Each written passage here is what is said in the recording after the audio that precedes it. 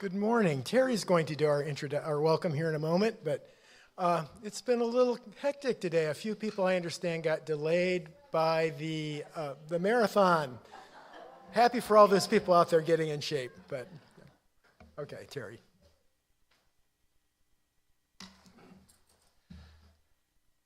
Good morning, everyone. Welcome to First Unitarian Church of Toledo on this beautiful but chilly Sunday morning, April 26, 2026. We are very glad that you are all here. You here in the sanctuary, as well as you who are out there watching on our YouTube channel. We welcome everyone as we sang in our opening song. We're a church with no official creed. Our only doctrine is love. Love is the power that holds us together and is at the center of our shared values. I'm here with David Strickler, our commissioned lay minister, who will be leading today's service. And over on the piano, we have the wonderful Jeffrey Maxey, who's also going to lead our choir.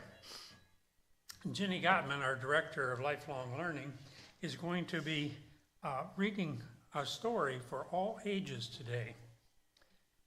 Today's tech crew includes producer-director Andy Gottman and Jeffrey Maxey on sound. There are many more church members helping today. Greeters in the lobby, the volunteers that work with the kids for the RE activities, and many other people. Excuse me. In the kitchen, Carla Logan Mercer is our director coordinator there, and the kitchen crew does a wonderful job preparing for coffee hour. Now today, we have a potluck.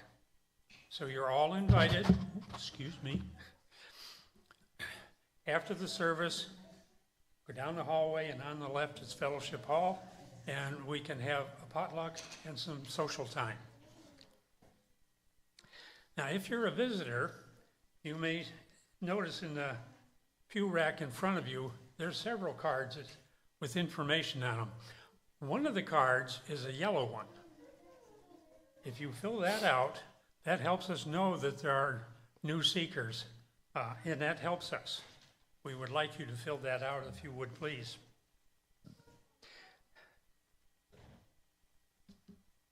On that yellow card, if you will put your email address, we'll send you our weekly newsletter to let you know about what's going on, what are the activities in the church.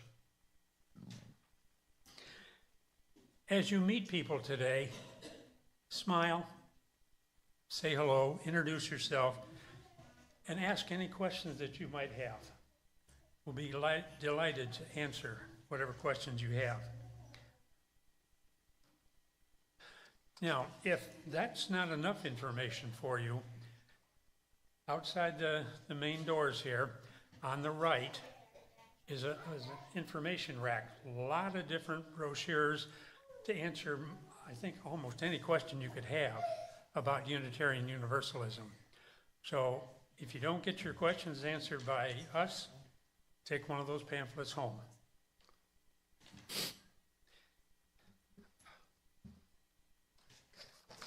Oh, you're next. Well, I guess I'll give up the microphone so David can have a chance. I mean, he deserves it. Good morning. I'm David Strickler, and I too am glad that you're here, whether in person or on our YouTube channel. We have candles at the front of the sanctuary. You're welcome to come up and light them for your personal joys or concerns anytime that music is playing during the service. And if you have an electronic device, we request that you put it in silent mode at this time. We hope this time together serves your spirit. So let's take a moment here to enjoy the choir's anthem, and we'll light the chalice after that.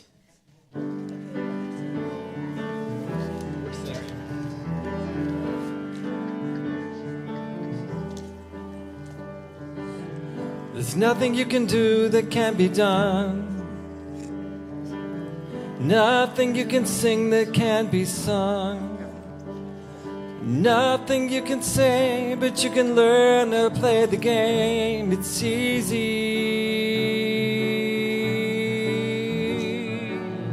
Nothing you can make that can't be made.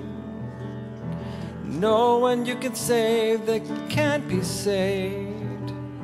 Nothing you can do, but you can learn how to be you in time. It's easy. All you need is love. All you need is love. All you need is love. Love is all you need. Love, love, love. So love, love, love. Love, love, love.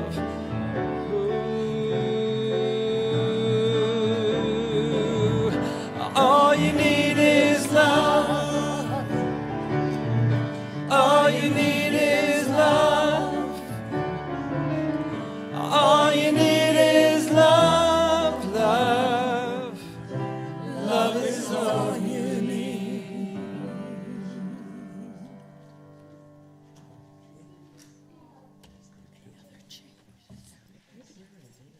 Thank you. The flame of the chalice that we light in our services symbolizes courage and illumination and honors our search for truth and meaning. As Terry prepares here to light the flame, we will say the words for the chalice lighting together. They're on the screen and in our order of service. Our chalice has the spirit of Unitarian Universalism. We light it centered in love. May it glow with sacredness and shine for each and for all. We'll continue reciting together with Terry leading us in the covenant of our congregation. This covenant is not a creed, but rather it's what we share with general agreement. Love is the doctrine of this church. The quest for truth is its sacrament, and service is its prayer. This is our great covenant, to dwell together in peace, to seek the truth in love, and to help one another. So we're going to have a lesson in hymnology. The hymn for today is number 13. And if you look at the bottom right of that, you'll see where it says that the hymn tune is named Servetus. And Michael Servetus was a 17th century Unitarian that we'll learn more about later. But the other great thing about our hymnals, and a lot of church hymnals do this, if you look below that, you'll see the numbers. It says 777D. And that's the number of lines in the hymn along with the number of syllables. And because the tune, number 13, that was written, is really not a great tune to sing. Our music director found a different tune with the same metrical index, and we're going to sing the words of number 13 to a different hymn, to a different tune.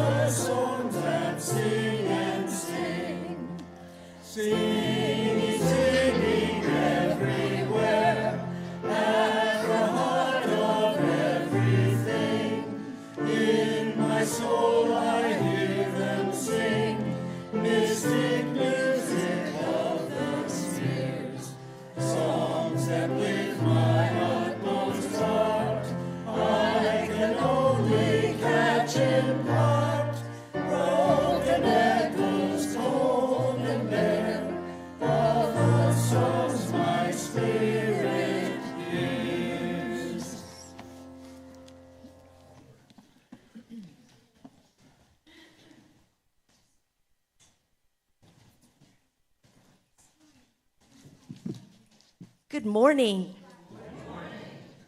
I would like to invite my young friends to come forward if they would like to hear today's story. I need one volunteer who is a bigger kid who can help me out. Ellie, can you please sit right down, please? Okay, everybody sit right down on the floor, please. Maddox, I saw your hand up first. Will you take this thing and just walk slowly around the aisles so that everybody can see you? Thank you. Now hold it up in the air so everybody can see it. Right side up, please. Thank you. Perfection. We strive for perfection. So, does anybody here have any Bible knowledge? You can be honest. I don't. I won't be mad. Nobody? Fair enough. This snake on a pole that we're looking at here is found in the Bible. According to the Bible story, Moses, I know you recognize the name at least, because I do. Moses took charge of a group of people called Canaanites. And the Canaanites had lived in Egypt, and he was taking them on a journey out of Egypt. And the Canaanites complained to Moses about this. They didn't enjoy it. They said, "You have taken us out of Egypt to die in the wilderness where there is no bread and no water." And according to the story, the Canaanites said to Moses, according to the story, the Lord was angered by these complaints, and he sent fiery serpents to plague the Canaanites. The Canaanites were then very sorry, and they apologized to Moses, and they said, "Moses, please pray that your God will have mercy on us and end this plague."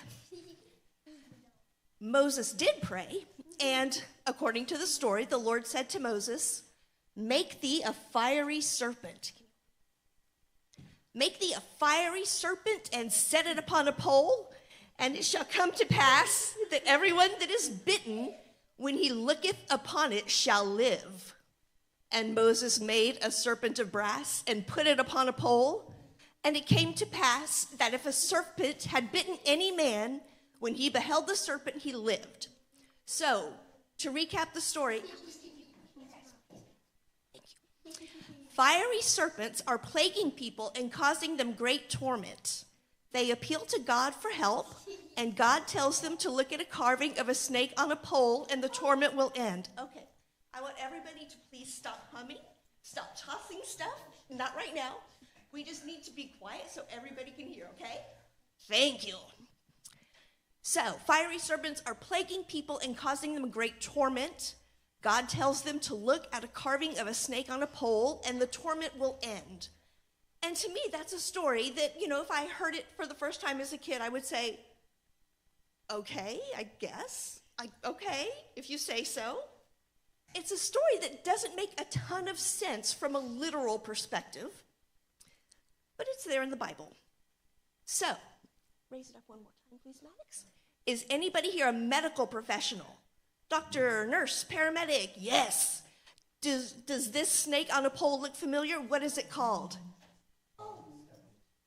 What? Rod of Steples? I do not understand what you're saying, and I believe that you are correct. Rod of Steples. Ellie, please sit down. Okay, I believe you, and the answer that we were looking for was caduceus. So I may be more wrong than you, I don't know. It's the same thing, excellent. So the caduceus is the symbol of the medical profession. Doctors sometimes put it on their coats. You'll see it on the outside of an ambulance. It represents doctors the way a scale represents lawyers, or the red and white pole represents barbers. So why does this caduceus / rod of Steples represent medicine? There are a couple of legends about it. That's a rhetorical question. There are a couple of legends about it. One possible explanation is that the caduceus is actually a picture of an ancient medical treatment. There is a very common parasite called a Dronunculus medinensis. This parasite is common in Africa. It's very easy to catch. It lives in stagnant water, and people drink it. With our medicine today, it's very rarely fatal, but back in the olden days, it could cause death through sepsis or tetanus, and even if you didn't die from it, you might have wished that you did because it was truly very miserable. It causes stomach trouble, stomach upset, fever, blisters, dizziness, boils, swelling, burning, and itching, just an enormous amount of misery. The treatment for the parasite is weird and interesting. The parasite wants to get back to water so that it can lay its eggs and continue its life cycle. So it travels down to people's feet, ankle, leg region, and it pokes its head out through the skin looking for water. And people, because of this burning and itching, they want to cool their feet in the water, and then the parasite escapes. So what people realized they could do is take the head of this parasite, very gently wrap it around a stick over a period of several days, and they could pull it completely out of their bodies. So that's really gross. This parasite is a worm, it's called the guinea worm, that can be around 3 feet long. So it's an extremely long worm, native to Egypt, causing excruciating burning and itching. Some people might call those symptoms fiery. And some people might call this enormous worm a serpent. And when you look at the caduceus, just put your eyeballs on it, you see how to treat this fiery plague. So the caduceus may or may not have been the actual snake on a pole that we read about in the Bible. There's no special reason to believe that the two stories are connected. They just could be. And for me, it makes a little bit more sense to think of it from a medical perspective rather than from the symbolic perspective. And that is what is awesome about being a Unitarian Universalist. You can read the stories and do the reasoning and synthesis and find the meaning that makes sense to you. Thank you.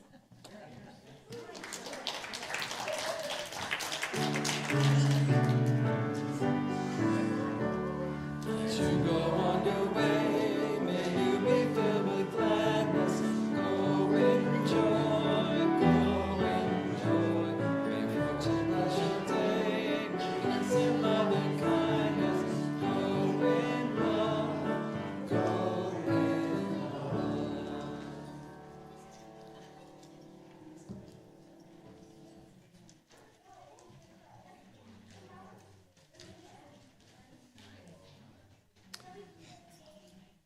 In this, our first intentional time of spiritual practice in today's service, we look beyond ourselves, considering celebrations and sorrows and the state of things. Now, although Earth Day 2026 happened nationwide this past Wednesday, it is still happening in Toledo because we celebrate Earth Day week. The multi-day Earth Day Fair will take place from 2 to 5 at Holy Trinity Lutheran Church on Glendale Avenue, 1825 Glendale Avenue. So I encourage you to attend to celebrate the interdependent web of the natural world, to enjoy the music and dance, to incrementally build the interdependent web that is our community, a community that collectively fosters hope and resilience. And in recognition of Earth Day week, I want to highlight our UU value of interdependence as described on the UUA website. We honor the interdependent web of all existence with reverence for the great web of life, and with humility, we acknowledge our place in it. We covenant to protect Earth and all beings from exploitation. We will create and nurture sustainable relationships of care and respect, mutuality and justice. We will work to repair harm and damaged relationships. As the philosopher Marshall McLuhan said, there are no passengers on spaceship Earth. We are all crew. There are people in our circles who, with their family and friends, are dealing with challenges of life and death, health and illness, home and travel, financial security, and monetary stress. We all have bad days and good. And as we don't know what other people are going through, may we treat one another well, and may we be compassionate to all. And may we be glad for their celebrations and for ours. Let's continue to have First Unitarian be a place of welcome, of grace, even of refuge from hard times, and that in this liberal religious community, we can help one another, care for ourselves, and have our part in changing the world.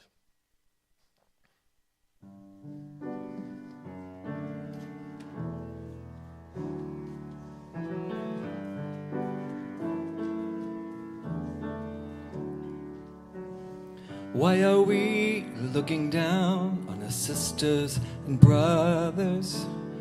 Isn't love all that we've got? So we know everyone's got a father and mother. The day we know we're all the same, together we can make the change. Why can't we just get along?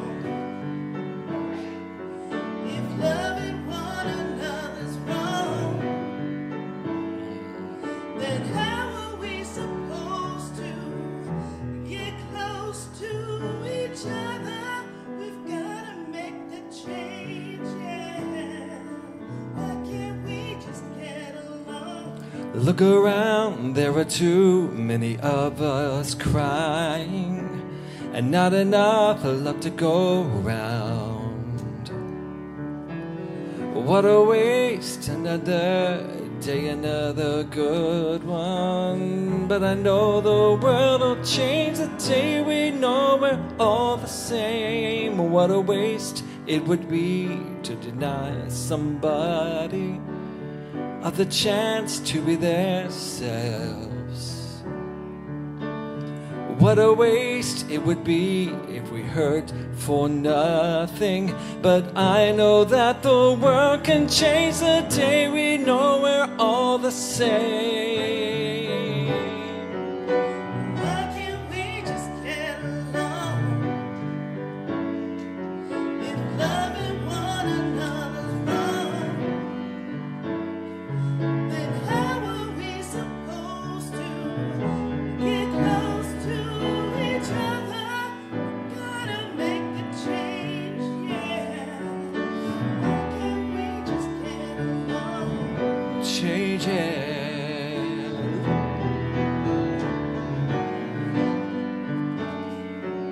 Then how are we supposed to get close to each other? We gotta make that change, yeah. Gotta make that change, yeah. Why can't we just Gotta make that change, yeah. loving one another's wrong? Change it, change it.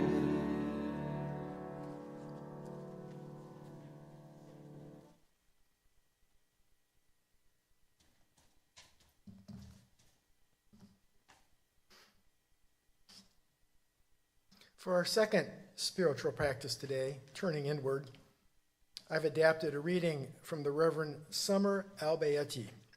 The reading is entitled Searching for Hope, Searching for Justice and Hope. Reverend Summer Albayetti is a UU Muslim of Iraqi descent. She served several congregations in Southern California and now serves on the staff of the Pacific West region of the Unitarian Universalist Association. Following this meditation, we'll have a minute of silence. Searching for justice and hope. When our individual lives or events in the wider world seem overwhelming, lighting the chalice may feel difficult. Extra mental energy and emotional effort may be needed to focus on the significance of this small flame. This symbol of justice, known to be a light of hope for the marginalized, a message of sanctuary for the oppressed, a flame that feels lost or diminished somehow. How do we rekindle this fire of compassion? How do we rekindle this fire of mercy? How do we rekindle this fire of hope? A famous verse within the Quran tells us that with hardship comes ease. With hardship comes ease. We welcome the ease, O God of justice. We welcome the ease, O Spirit of love. We welcome the ease and rekindle this flame from our tears, from our quiet suffering, from our collective prayers for those who cry for freedom. We welcome the ease and rekindle this flame on behalf of those who feel abandoned and betrayed. We welcome the ease and rekindle this flame for all of the children who ask, why can we not live in peace as other children do? May today's flaming chalice help us to rekindle compassion and mercy within the deep crevices of our hearts, so that we can, once again, bring justice and hope to a world struggling to find its humanity, struggling to find its soul. A moment of silence.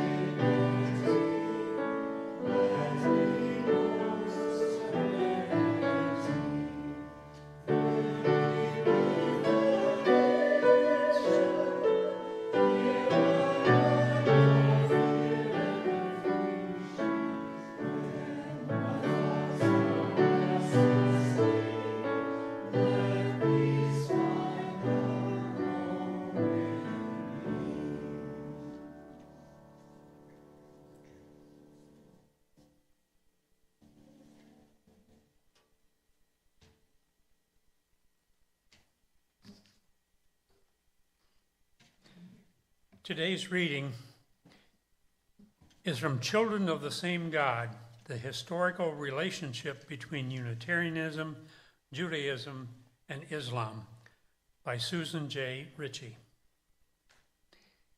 In the introduction to her book, Reverend Ritchie wrote, "A handful of years ago, I set out on what I was sure was a doomed mission. I was, however, hopelessly tantalized. Was there a connection between the development of Unitarianism in the 16th century Transylvania and the liberal Islam of the contemporary Ottoman Empire? I was surprised by what I found.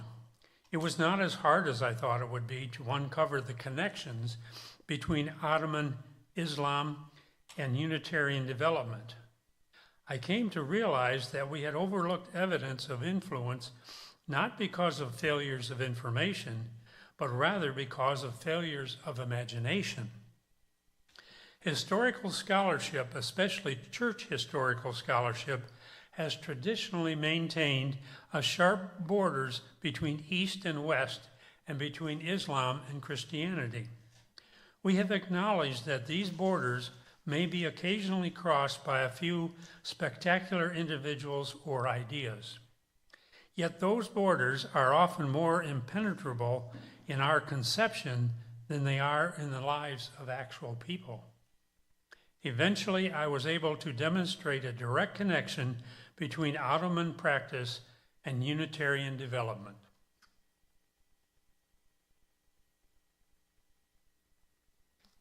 Good morning, good people.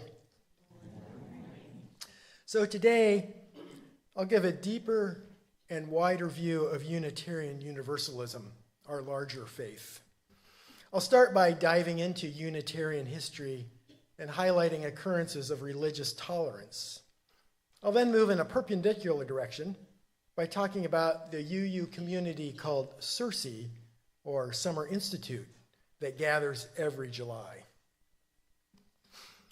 So in the U.S., during the mid to late 1700s, liberal ministers in the established congregational churches of the Standing Order reacted against the emotionalism and the fear-mongering of the evangelical revivals.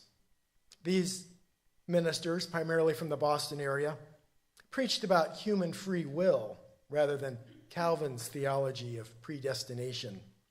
They preached about social salvation rather than personal salvation. These proto-Unitarians did not focus on the ancient creeds. They omitted references to the Trinity in their services and in their worship books. Rather than engaging in damaging public disputes about theology, they simply advocated toleration for different perspectives. However, the conservative ministers, were concerned and responded by wanting to implement doctrinal tests for clergy. The dispute between the liberal and conservative ministers simmered for at least 20 years and led to the split between the Unitarians and the Congregationalists around 1820. Modern American UUs can take pride in the homegrown origins of our brave, principled, and tolerant theologians. However, our Unitarian founders were influenced by earlier British Unitarians, who were influenced by even earlier Polish Unitarians, who had read the earliest Unitarian writings of Michael Servetus. So in this map that we'll see in a moment, you'll see modern country borders showing the anti-Trinitarian movements within continental Europe during the 16th century.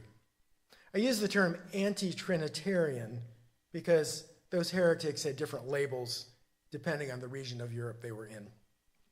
The blue area shows the extensive travels of Michael Servetus, an early influential Unitarian theologian. Servetus was born in Spain, initially studied law in France, and later studied medicine in France.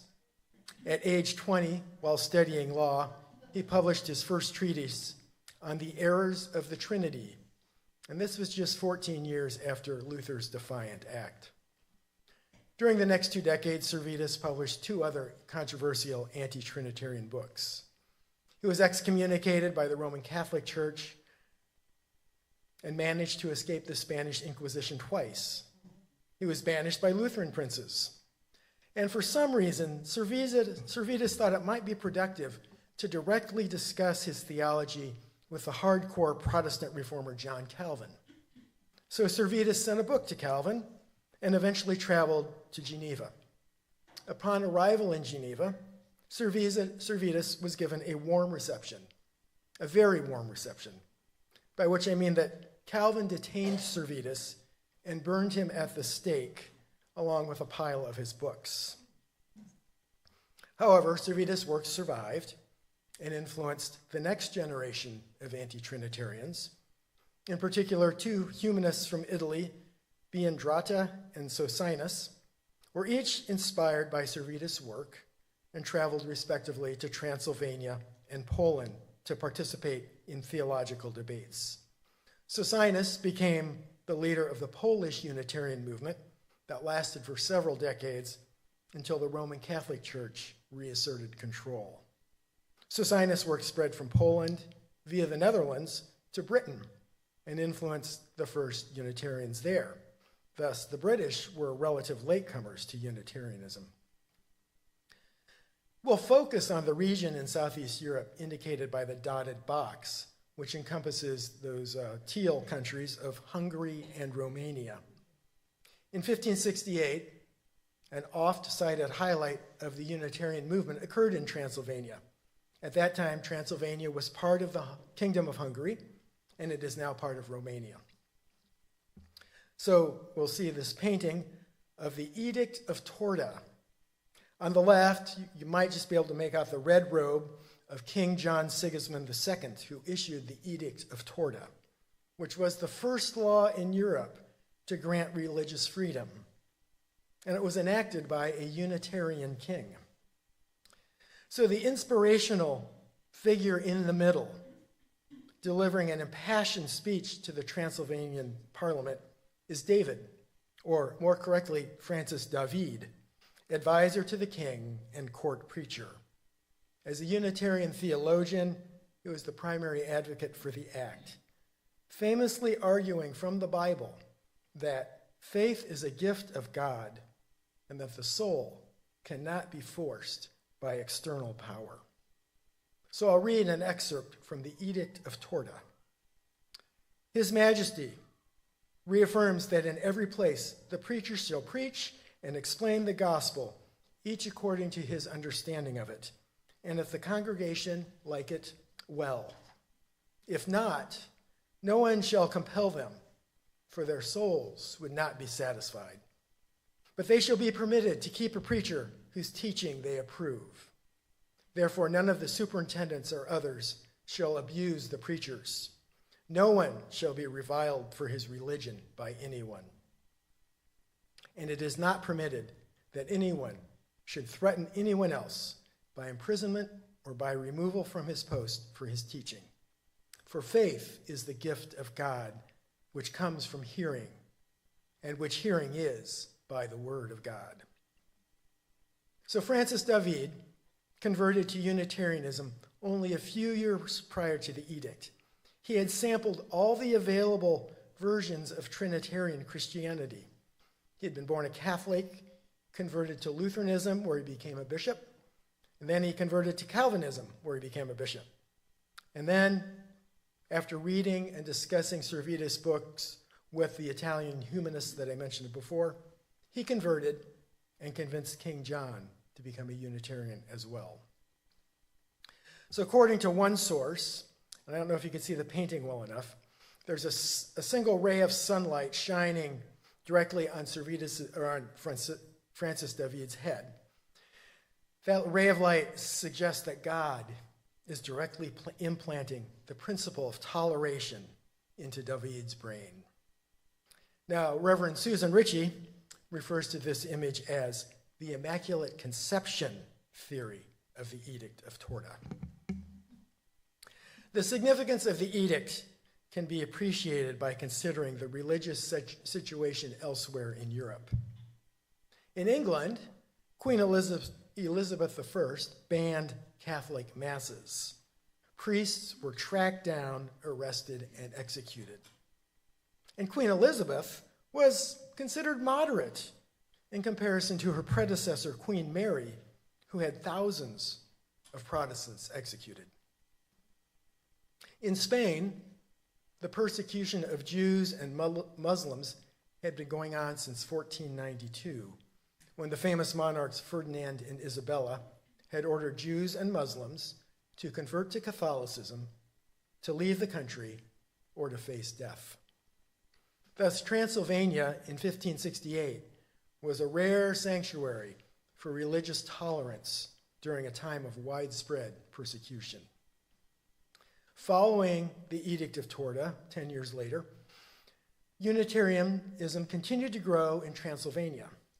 For example, a theological debate attracted 320 Transylvanian Unitarian ministers. And when you consider that there are 1,000 UU congregations currently in the U.S., 320 Unitarian ministers in that country seems like a lot. From the 12th to the 16th centuries, the Kingdom of Hungary was a significant power in Europe. But during the 1500s, Hungary found itself squeezed between two major empires, the Holy Roman Empire to the west and the Ottoman Empire to the east. The orange and yellow on this map indicate the influence of the Holy Roman Empire, and the green area indicates the former parts of the Kingdom of Hungary under Ottoman control. So by 1568, Hungary was partitioned between two rival powers, with John Sigismund II ruling as the Prince of Transylvania and the disputed king of a greatly diminished Hungary. In fact, John was only able to assume the crown with the support and under the protection of Sultan Suleiman of the Ottoman Empire. So why did this foundational movement for modern religious tolerance occur in Transylvania? Reverend Dr. Susan Ritchie addresses this question in her book, Children of the Same God. Reverend Ritchie is the minister of the North UU congregation in Lewis Center, Ohio, and the director of the UU House of Studies at the Methodist Theological School in Ohio. Both institutions are just north of Columbus. She's an accomplished scholar of UU history and polity and an excellent speaker. I've distilled a few answers from her book. First, European Unitarianism grew up in the boundary land of Transylvania, far from Rome and the power centers of Luther's Germany and Calvin's Geneva. Those declared heretics by Catholic or Protestant powers, or both, could find refuge there. The Ottoman Empire's political protection of the region delayed the arrival of the Counter-Reformation of Rome, which allowed more time for radical ideas and communities to develop. Unitarianism also grew up in a less literal kind of borderland, developing in the edgy shadows of a Christendom that had deemed orthodox opinions about the nature of Jesus or the Trinity as dangerously heretical. Positioned on the doctrinal border of Christianity, Unitarianism often found that its nearest theological kin were the pure monotheism of Islam and Judaism, rather than Trinitarian Christianity. And thus, the Unitarians developed common identities, and their identities intermingled with the other faith traditions. Secondly, the edict derived not just from David's personal genius, but also from liberal influences and cultural enmeshment. Ritchie cites stories of Christians who converted to Islam. There were a number of Protestants appointed to influential positions in the Ottoman administration, and she notes that there is considerable evidence of intermarriage between Turks and Hungarians, between members of different religious confessions. And finally, Islam was the established religion of the Ottomans. Contrary to modern perceptions of Islam, the Ottomans were much more tolerant rulers than the Christian nationalist governments throughout Europe. As anti-Semitism increased elsewhere in Europe, Jews found the Ottoman Empire as hospitable. Christians who were fleeing persecution by other Christians found a similar welcome. Throughout their vast empire, Ottoman domination succeeded in part because of their flexibility and acceptance of local customs, sort of a multiculturalism. The policy of tolerance found its expression not only in political life, but also in everyday life. And perhaps this tolerance was simply bureaucratic expedience. In any case, toleration was deeply rooted throughout the Ottoman legal, cultural, and religious traditions. So I've highlighted a milestone in religious tolerance and noted some contrasting examples of religious intolerance. I believe that these examples are relevant to current times and should serve as lessons for us. In particular, religious tolerance was facilitated by connections and close relationships of people of different faiths. So I was inspired by Susan Ritchie's book to take us on this brief but deep dive into the history of European Unitarianism. I now want to switch gears and give a cursory review of an upcoming opportunity to directly learn from Reverend Dr. Susan Ritchie on a different UU topic. For Susan Ritchie will be the theme speaker this summer at the Central Region Summer Institute, simply known as CIRCE, or more simply known as SI. I'm looking for my next slide here. There we are. There she is. The theme speaker, you might not be able to read that title, Co-Creating Hope, the Art and Beauty of Resilience. So I've got a number of slides here with just a few words on each slide. So SI takes place at nearby Oberlin College, just an hour and a half from here, during the first full week of July.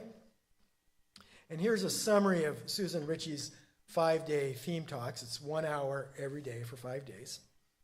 In these talks, Reverend Ritchie invites us to explore how Unitarian Universalists have turned to the arts, literature, visual arts, architecture, and music, not only as sources of inspiration, but as spiritual practices that generate hope.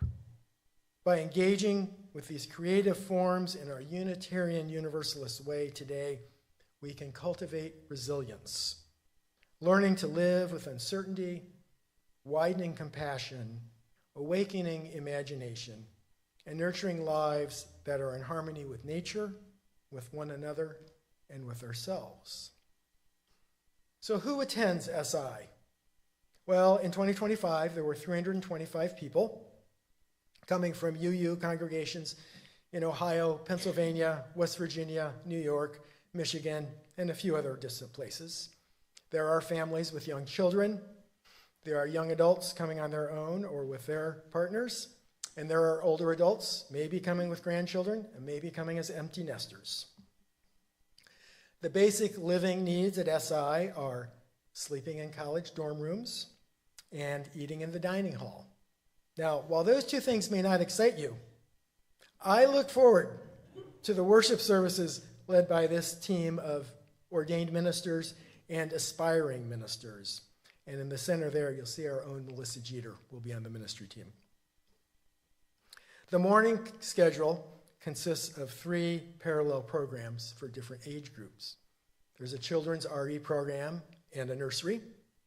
There's a separate junior high, senior high youth program, and a separate adult program. So as an adult, you drop your kids off with one of those other programs and go to the adult programming. The first hour of the adult programming is the theme speaker, which I've talked about. And in the second hour, you can choose a seminar. And there are various options. There are some artistic kinds of things, like the amazing architecture of Oberlin. There are crafty things like collage and the fabric art class. There's always yoga. There's hand drumming, which is pretty fun. Something science related usually. And the one on the bottom left with the longest title is one that I might normally stay away from because it maybe is the most academic. But it's called Building Bridges, and it's by a young man in his late 20s who is a playwright and a political activist, and he grew up going to SI. I knew him when he was 7 or 8, when he was very active and rambunctious. So it's great to see him making changes in the world. Then after the morning, you have your lunch. Afternoon workshops are kind of split into 2 groups. The first section are intergenerational, things designed for parents and kids to do together, though anyone can do them. There's always tie-dye. That's one of the rituals. There's body art, volleyball. There's usually some sporting event like volleyball. Separate space for children and parents to be together. And there's a nap workshop, totally independent. Later in the afternoon, there are other age-specific workshops, as they're called. There's a folk orchestra, there's a choir, there's a writing workshop, there's meditation, and then there's round 2 of the nap workshop. Okay. In the evening, different event every night. There's a contra dance one night. There's a hymn sing. There's a community dance with a DJ, with our own, Toledo's own Nathan Staples as the DJ. There are 3 different talent shows during the week. One for the young kids. The youth have a coffee house and the adults have a talent show called Small Ensembles, which we try to keep serious, but often there's a few parody events. And then later in the evening, there is the pub, which will have a music jam a couple nights of the week. There's a sing-along a couple nights, and there will be trivia a couple nights. So who makes SI happen? First of all, there's the SI Planning Committee. There are 9 of us on the committee. There's the Central East Region staff members who support us, and they do really important things for us. They manage the liability insurance that the UUA has for us, and they do background checks on any adults that are interacting with the youth or the children. The seminars and the workshops are led by the attendees, and if you offer to lead one of those, then you get a partial campership. And then everyone takes a work shift. So 2 to 4 hours a week, you have to do something for the community, and that can be moving luggage for people who can't handle their luggage. It can be helping people in the cafeteria. It can be setting up chairs or other spaces for the workshops. It's a variety of things. And why do I attend? One, I highlighted the theme speaker this year because I know she'll be really good. And in the past, there have been other really good theme speakers that I was not aware of beforehand. I enjoy hearing the different UU ministers lead different UU worships. I've built a number of intergenerational relationships, and my kids did too when they went. And for many, they describe the community as magical. So here's a final photo of Oberlin College. Those are students on the campus. You can see it's a beautiful campus in the summer. It's pretty flat. If you are interested in more about it, I posted on Facebook yesterday. I'll get something in the UUFYI. You can always see me or Melissa because we'll be both heavily involved. And I see a couple other faces around here who have been. Registration is open now through the middle of May, I think. And if costs are a concern, there are scholarships, partial scholarships available. So having considered the deeper and wider dimensions of Unitarian Universalism, let's return to the current time and place of our faith with an increased understanding of the past and the present. Thank you.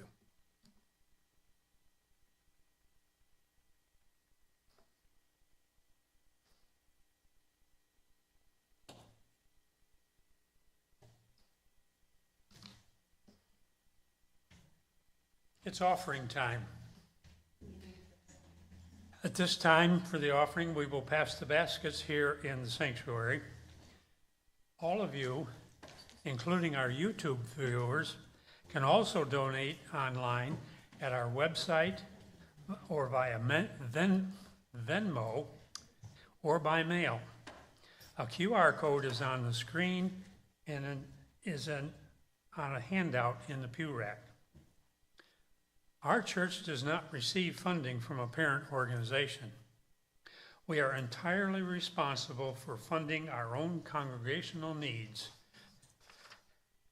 and for engaging in service to others. Here come the baskets.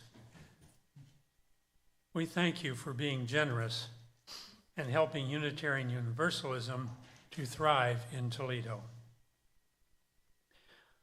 Today's offering song comes from Mustard's Retreat, a folk group that formed in Ann Arbor 50 years ago. Melissa Jeter and Jeffrey Maxey will lead the song, and you are invited to sing along on the chorus. The words will be shown on the screen.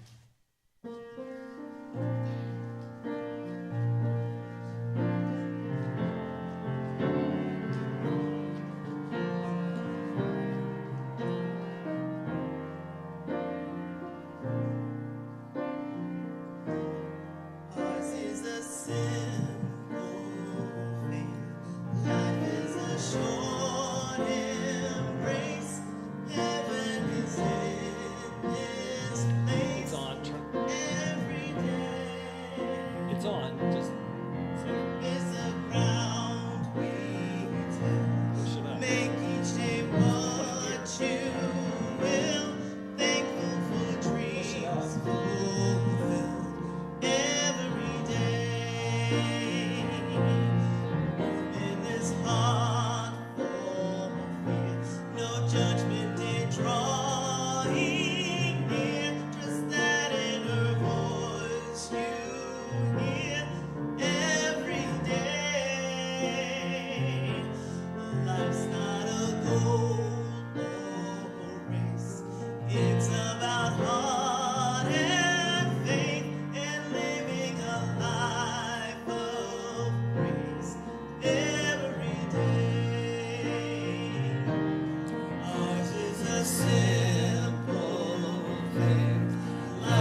is a short embrace.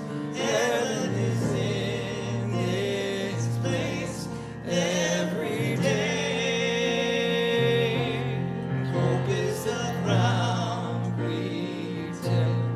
Make each day what you will. Thankful for dreams fulfilled every day. Trust is an open hand, making an honest stand, rooted here in the land every day. Live in the mystery, seeking the harmony here between you and me every day. Ours is a simple faith.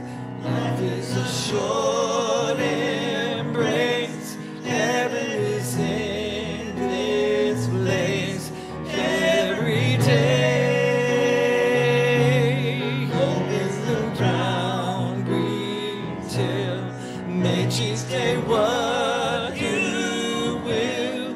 Thankful for dreams fulfilled every day. Ours is a simple faith. Life is a short embrace. Heaven is in this place every day. Hope is the ground we till. Make each day what you will. Thankful for dreams fulfilled every day.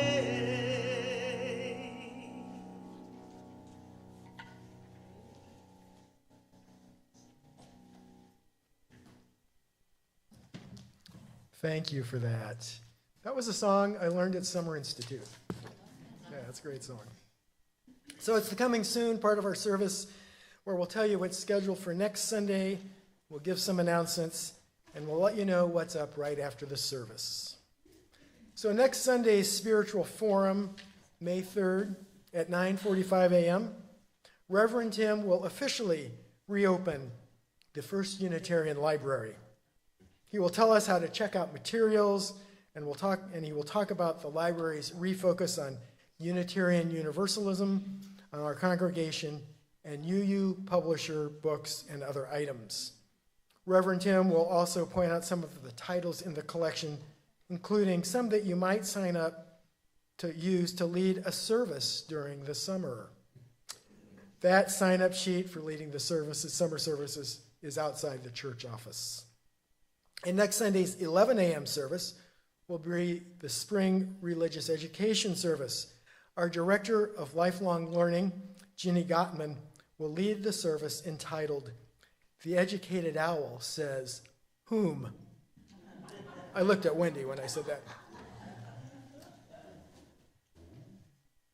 Our church has many activities, some of which might interest you. This coming Tuesday, our Board of Trustees will hold their regular monthly meeting. All are invited if you want to see our congregation's democracy in action. This coming Saturday, May 2nd, the Spring Rising semi-formal will take place. The winter ball was well attended and was great fun. See Amelia Bickerstaff for details about the Spring Rising event. The Sunday, May 17th, is our annual meeting. It's very important. We should all be there. And finally, following today's service, we will have a potluck and then a community game day. Don't worry if you didn't remember to bring a dish or a game. There is always plenty of each. Please check our website, uutoledo.org, or the UUFYI newsletter accessible from the website for other upcoming events.